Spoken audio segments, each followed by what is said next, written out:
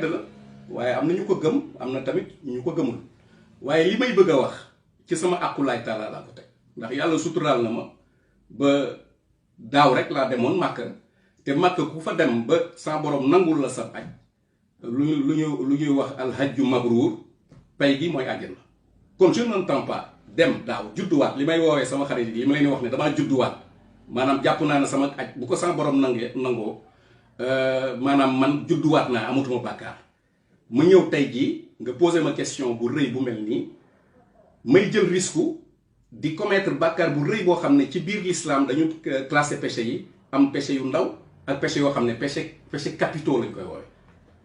péché capitaux yooyu dafa am lu mel ni qatlu nafs rey nit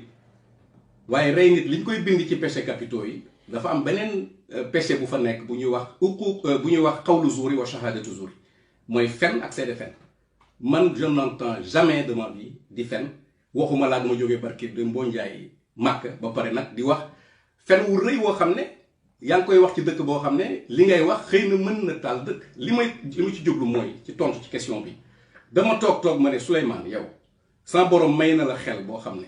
ak njàng moo xam ne lii nga gis leer na naññ yaa ngi bàyyi nit ñi ñu ciy wax te waxuloo ci kon man du ma bëgg a doon magum waxoon naa ko dama bëgg magu xamoon naa ko dama bëgg a doon magu waxoon naa ko balaa dara di xew ndax eggaguñu 2024 waaye ku xam mujjug jamono ni muy demee léegi ñu àgg ci. donc pour revenir à cette question dafa am benn article 27 boo xam ne moom moo nekk suñu constitution moom mooy charte réew mi mooy lu ñuy woowee en droit constitutionnel la charte fondamentale ndax ci biir ordre interne bi maanaam ordonnancement interne bi maanaam texte de loi bi nga xam ne moom moo féete kaw lépp mooy suñu constitution boobu lan la wax article 27 dafa wax ne bu ñu ko waxee ci tubaab la durée du mandat du président de la République est de 5 ans nul ne peut exercer plus de 2 mandats consécutifs loolu la texte bi wax mooy président de la République bu ñu falati Sénégal à partir de at boobu ñu ko def muy 2016 juróomi at ngay mën a def waaye ginnaaw sa juróomi at yooyu mënoo def yeneen juróomi at yu ñu toftale lu ëpp yeneen juróomi at lu ñu toftale au total mënuloo def 5 ans ba pare ñëwaat defaat 5 ans léegi nag ñii ne waaw léegi mandat wu Macky Sall bi nga xam ne 7 ans la def nag est-ce que dañ koy comptabiliser wala duñ ko comptabiliser bu ñu ko comptabiliser moom mooy fii mu nekk li muy exercer ni mooy 2e mandat bu ñu ko comptabiliser wul mu ngi def 1er mandat comme autrement dit en 2024 day mën a présenté wu léegi nag ñu ne waaw loolu est-ce que am na tontu wala amul tontu bu dee en droit am na lu ñuy woowee les dispositions transitoires maanaam bu ñu indee loi bu bees ñu ne waaw loi bi de lu bees la waaye bi muy ñëw am na lu mu fi fekkoon ndax li mu fi fekkoon loi bi daf koy régir maanaam loi bi soxal na li mu fi fekkoon bu boobaa disposition transitoire bi day wax ne ndax li mu fi fekkoon sax loi bi daf concerne na loi bi maanaam loi bi da koy àtte li mu fi fekkoon waaye nag loi bii nga xam ne moom mooy loi bi indi article 27 maanaam ci ginnaaw référendum bi article 27 boobu amul lu ñuy wax disposition transitoire waaye question bi li ko àtte te foofu laa bëgg ñu déglu ma bu baax a baax tax dafa am benn ëttu àttekaay bu mag bu nekk Sénégal ñu koy wax conseil constitutionnel sama boroom def na ci ñi ma jàngal ndax nit jékkul jékki rek tekki dafay am ci loxo yu mu jaar am na ku ñuy wax Yankuba Isaac Ndiaye Jacob lañ ko daan wooye man moo ma yoroon droit des obligations muy ku xarañ ñëwoon fii tamit France di fi jàngale nekk ku xarañ ba sax di jommal tubaab yi am na keneen ku fa nekk koo xam ne ñoom ñëpp sequma ak ñoom dara sax waaye ñoo ma jàngal war naa leen wormaal ñu koy wax Njaw Diouf moo ma yoroon droit commercial nekk ku xarañ macha allah ak ñeneen ñoo xam ne wax dëgg yàlla ay doomu Sénégal lañu ñoom ñoo nekk ci conseil constitutionnel président laajoon na leen avant référendum bi ni leen waaw sama mandat 7 ans bii est-ce que dafay bokk ci décompte bi maanaam est-ce que dañ koy considérer comme premier mandat ba nga xam ne suñu ko considérer su ma defaatee mandat 5 ans boobu élection 2019 sa ñëwagul su ma defaatee mandat comment dirais-je 5 ans man pare na ou bien loolu la président posé woon question léegi moom question bi sax bi Macky Sall posé woon conseil constitutionnel ni nii est-ce que je peux appliquer la nouvelle durée de 5 ans du mandat du mandat précis à mon mandat en cours maanaam est-ce que sama mandat 7 ans bi nouvelle loi article 27 bi dafay ñëw soxal ko wala déet conseil constitutionnel tontu de façon très claire li conseil constitutionnel tontu mu ngi ko def ci benn décision numéro 1/C/2016 du 12 février 2016 conseil constitutionnel tontu lii ndax dama koy wax ci tubaab soo ko wax wolof conseil constitutionnel yi la tontu le mandat en cours au moment de l'entrée en vigueur de la loi de révision par essence intangible et hors portée de la loi nouvelle loolu conseil constitutionnel boo jëlee décision boobu mu rendre le 12 février 2016 mi ngi ko wax ci paragraphe 30 des motifs boo demee tamit ci li ñuy wax dispositif bi maanaam acte dafa am structure dafay am les visas moom mooy texte de loi yi ngay basé wu ngir acte ensuite day am motif moom mooy fan nga teg li ngay acte day am dispositif mooy li nga acte lan la ci dispositif bu conseil constitutionnel lii la wax la loi nouvelle sur la durée du mandat du président de la République ne peut pas s'appliquer au mandat en cours lii sëñ Kaliou dafa leer moom mooy que loi article 27 boobu di wax ne loi bi 5 ans la plus 5 ans mu jeex dafa ne bokkul maanaam 7 ans yu njëkk yi bokk ci loolu de façon claire ma répété waat ko la loi nouvelle sur la durée du mandat du président de la République mooy la loi nouvelle bi wax 5 ans ne peut pas s'appliquer au mandat en cours si c'était en 2016 boobu Macky Sall mu ngi ci mandat en cours ñu ne ko kon 7 ans yi bokk ci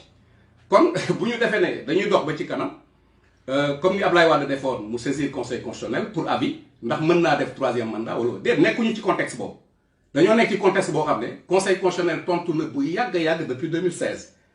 bi ko président Macky laajoon ne ko man est-ce que sama 7 ans yi day bokk ci décompte bi kon ñu jàpp ne ci tënk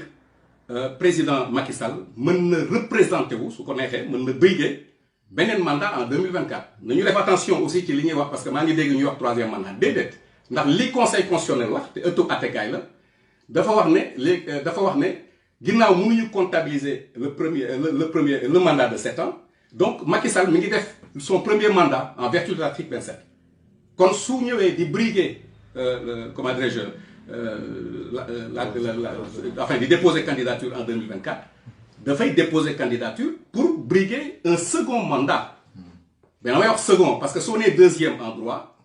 mooy 3e mën na am 4e mën na am mais soo waxee second maître doguma la amuma sax nit di wax di dog mais maître nag gis naa benn vidéo buy circuler Macky Sall si boppam président de la République mu ne sénégalais bii mooy sama dernier mandat waaw léegi xam nga foofu loo wax si loolu foofu laay ñëw mooy Macky Sall yaak moom ak man ñooyam ndax loolu suñu constitution bii ma lay wax moom moo indi lu ñuy wax le principe de l'égalité entre les citoyens waaye Macky Sall moom mun na wax loo xam ne xëy na li mu jàngul droit moom moo tax mu di ko wax man li ma jàpp mooy au départ xëy na moom dafa amoon intention ne dama bëgg a verrouiller constitution bi parce que laata ñu koy fal loolu la promettre Sénégal yi ne damay verrouiller constitution bi ba ku ñëw ñaari mandat ngay def dem sa yoon bi mu ko waxee waaye fàtte woon na wala moom xam na ne bu baax a baax saisiroon na conseil constitutionnel ne ko est-ce que sama mandat 7 ans bi ci la bokk conseil constitutionnel tontu woon ko ne ko sa mandat 7 ans bi bokk ci kon ginnaaw fal nañ ko une première fois en 2019 mën na présenter waat en 2024 xam nga lu tax mooy président Macky Sall amul choix fi mu ne nii su ko neexee nag lu ko neex mu wax keneen ku mu neex lu la neex nga wax waaye conseil constitutionnel décision la rendre xam nga décision bu ko ëttu àttekaay rendre kenn amul choix maanaam day tegu sa kaw citoyen bu mu mën a doon day tegu ci kaw président Macky Sall autrement dit décision conseil constitutionnel boobu mu ngi tegu ci kaw Macky Sall day appliqué wu maanaam Macky Sall amul choix par force lay respecter décision conseil constitutionnel xam nga lu tax ndax ëttu àttekaay bu ñu ko créé dafa am lu ñuy wax loi organique boobu moom mooy wax ëttu àttekaay bi ci kaw naka lay liggéeyee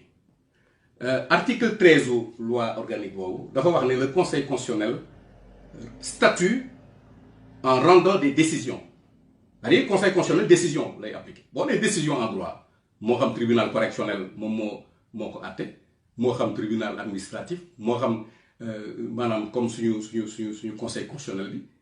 su ko rendre rek décision bi par force lay appliqué wu kon nag Macky moom lu ko neex na wax mais li nga xam ne mooy droit man day wax dëgg yàlla waxuma un avis politique hein, loin de là je donne un avis technique bi maa ngi ko teg ci kaw et je défie quiconque koo xam ne da nga bëgg ñu débattre ak ñu demee noonu soo bëggee ci beneen plateau ak lu mu mën a doon nga xam ne article 27 bi lii la wax waaye conseil constitutionnel tontu woon na bu yàgg ne sa mandat 7 ans bi bokk loolu moom mooy li nga xam ne daa leer moom waaw conseil constitutionnel daf ko wax de façon très claire kon nag lii moom mooy li nga xam ne mën na am donc en résumé Macky Sall n'a pas le choix su ko neexee mu présenter en 2024 su ko neexee aussi mu bañ a présenter wu mais yoon may na ko mu présenter wu en 2024. donc jàpp nga ni en 2024 Macky Sall ak APR ak seen i gàngoor bu ñu yoree seen liste dem ba conseil constitutionnel ne dañuy déposer donc conseil constitutionnel du ko rejeter. déedéet pas du tout parce que c'est recevable. non c'est recevable. c'est recevable. loolu moom amul sax demal maa ngi ñëw amul loo xam ne loi bi daf ci lënt wala lëntu ci polémique yi xew autour yëpp wax dëgg yàlla xëy na nit ñi xam nañ loo leen manifesté wu mais encore une fois man li may wax vraiment amul kenn benn kàngam bu ma xam ci gouvernement bi boo xam ne damay communiquer ak yow wala benn kàngam mu opposition bi vraiment voilà ci yoon laay wax parce que man Cheikhul Khadim mi ma yaakaar defal na ma teraanga boo xam ne maa ngi ciy suturlawu ak képp ku ma yaakaar waaye nag am naa obligation sama réew Sénégal la ma wax loo xam ne day jur jàmm ndax lii bu ñu ko tranché wul de façon claire boroom xam-xam yi wax ci su boobaa mën na jur loo xam ne dañuy defee ne lu lënt la te lii dafa leer lii dara gënu ko leer waaw mu leer ci boppu sénégalais. li may préciser. te du laaj sax conseil constitutionnel. ndax Ablaye Wade dafa laajoon conseil constitutionnel. mais Macky moom du laaj sax conseil constitutionnel ndax munoo laaj koo xam tontu woon na la ba noppi. conseil constitutionnel tontu woon na ko laata muy faluwaat. en 2019 tontu woon na ko le 12 février 2016. waaw d'accord donc gars yi ba léegi ñu ngi fii ci Versailles ci France donc ngeen jàkkaarloo ko ak maître Souleymane Code Fall di avocat international.